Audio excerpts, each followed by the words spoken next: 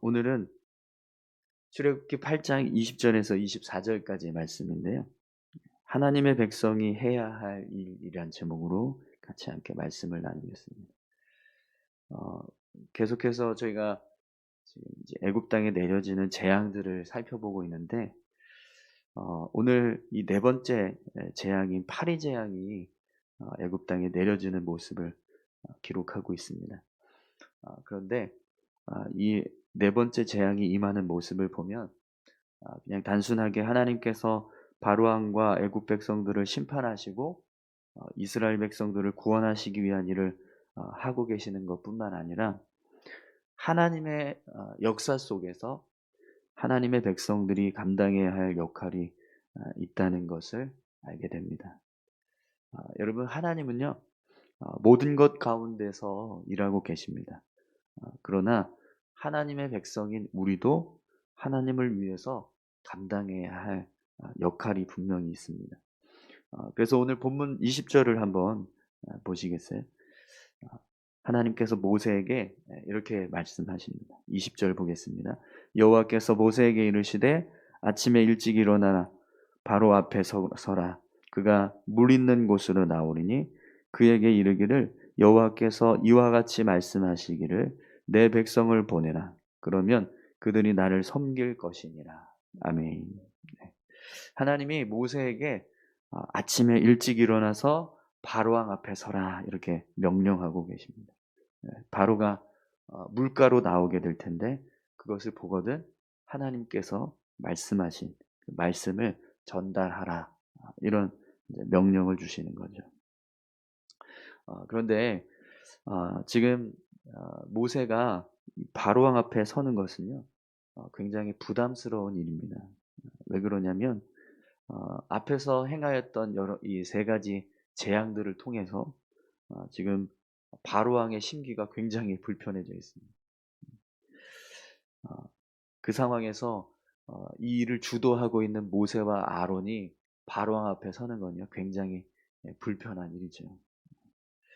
그렇기 때문에 모세와 아론이 바로왕 앞에 서는 것을 굉장히 부담스럽게 여길 수 있을 그런 명령인데 어 하나님께서 그런 상황들을 사실 전혀 고려하지 않으시고 바로왕 앞에 서라고 모세에게 명령을 하십니다. 이제 저도 이제 설교를 하지만 네, 설교를 할 때 설교를 이렇게 잘 들으려고 하는 그런 분위기가 있는 곳하고 또 설교를 이렇게 잘 듣지 않으려고 하는 분위기가 있는 곳에서 설교를 하면 좀 다르거든요. 네, 학생부에서 이렇게 설교를 하다 보면 이제 학생들은 티가 나요. 잘 들으려는지 안 들으려고 하는지 그런 티가 나요. 그래서 이렇게 막 말씀 잘 안 들으려고 하면 팔짱 끼고 있거나 아니면은 그냥 딴짓하고 있거나 친구들하고 막 대화하고 있거나 막 그러거든요. 그러면 설교를 하는 건지 내가 뭘 하는 건지 막 정신이 없을 때가 많이 있는데 네 작년부에서 설교할 때는 그런 게 없어요. 네. 그러니까 마음으로는 이게 환영하지 않는 그런 마음이 뭐 있을지는 모르겠지만 티는 안 나요. 그냥 듣고 계시잖아요. 그래서 그냥 작년부 설교 된 부담감이 있습니다. 그것처럼 그냥 환영받는 사람 앞에 설 때하고 환영받지 않는 사람 앞에 설 때하고의 모습이 너무 다를 수 있는데 지금 모세와 아론이 바로왕 앞에 서는 건요. 환영받지 못하는 사람 앞에 서는 겁니다. 그렇기 때문에 사실은 모세가 바로왕 앞에 서서 하나님의 말씀을 전하는 것이 점점 더 부담스러워질 겁니다. 재앙이 내리면 내릴수록. 왜냐하면 바로왕은 그것 때문에 점점 더 모세를 미워하고 또 더 극에 달하는 그런 심기가 불편해지고 분노하는 상황들이 계속 벌어질 것이기 때문에 모세가 하나님의 명령을 전달하기 위해서 바로왕 앞에 서는 모습은 굉장히 부담스러울 수밖에 없을 겁니다.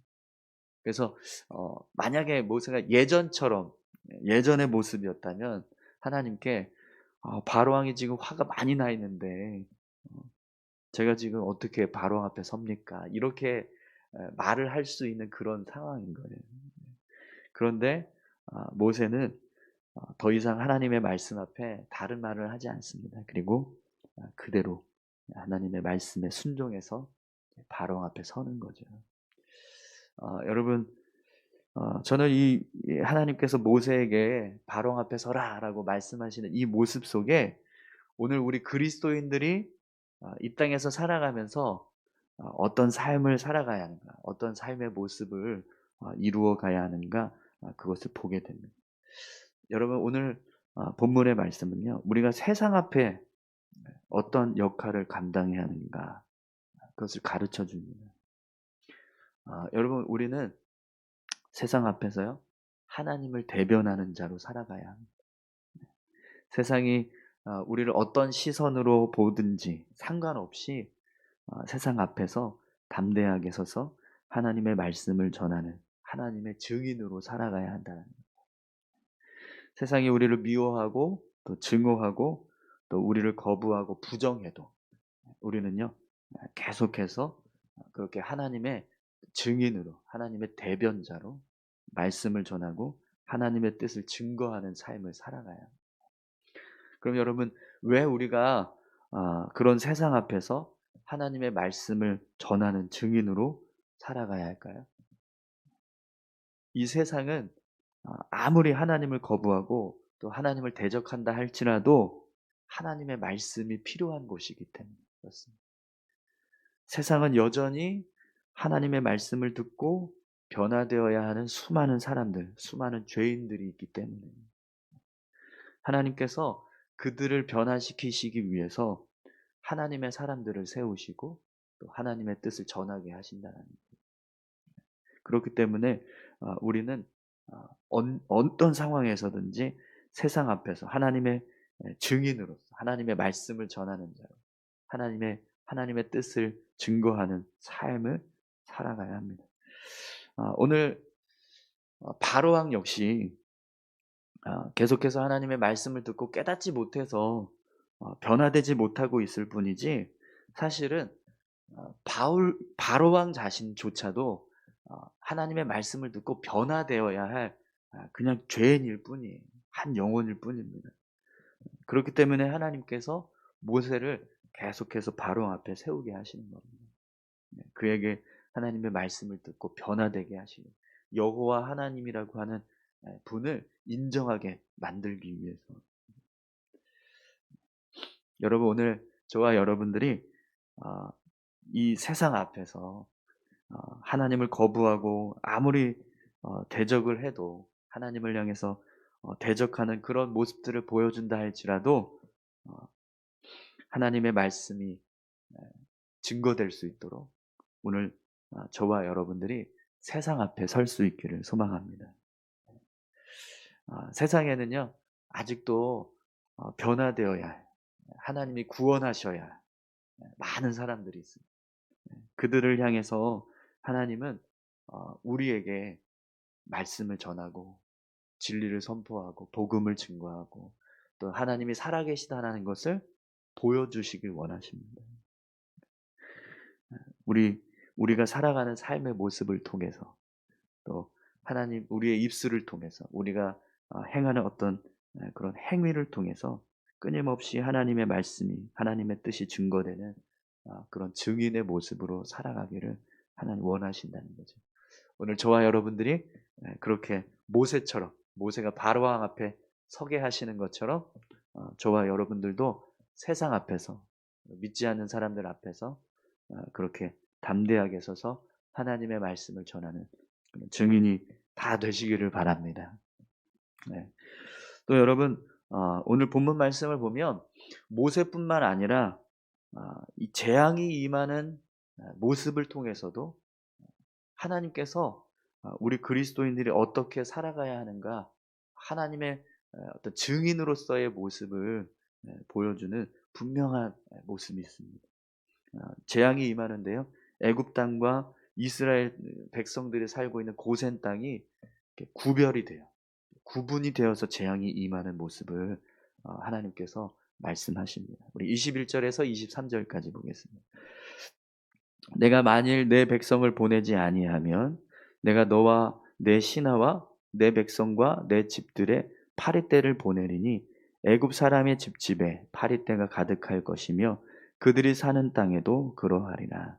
그날에 나는 내 백성이 거주하는 고센 땅을 구별하여 그곳에는 파리가 없게 하리니 이로 말미암아 이 땅에서 내가 여호와인 줄을 내가 알게 될 것이라. 내가 내 백성과 내 백성 사이를 구별하리니 내일 이 표징이 있으리라 하셨다라 하시고. 아멘. 네. 하나님은 하나님의 백성들을 세상에서 구별하기 원하십니다. 그래서 이 네 번째 재앙이 내리는데요. 애굽 백성들이 살아가는 땅하고 이스라엘 백성들이 살아가는 고센 땅을 구분하셔서 구별하셔서 재앙이 임하게 하십니다. 애굽 백성들이 살고 있는 땅에는 파리가 창궐을 해서 모든 땅이 막 황폐해져 갑니다. 여러분, 이 파리 재앙이 왜 이게 재앙일까? 파리가 왜 재앙이지? 이럴 수 있거든요. 그런데 여러분, 파리가 정말 엄청나게 많다고 생각을 해보세요. 그럼 어떤 일이 벌어질까요? 여러분, 파리가 조금만 꼬이면 거기 뭐가 생기죠? 구더기가 생겨요. 구더기. 어, 아마 김홍민 원사님하고 현일호 집사님이 한번 보신 적이 있는데 저희 교회에 올해 한번 여름 전이었나? 고양이가 한 마리 죽어가지고 저기 앞에 사무실 앞에 있는 화단에 이렇게 죽어 있었던 거예요. 근데 그게 저 진짜로 하루 이틀 사이에 그런 일이 벌어졌거든요.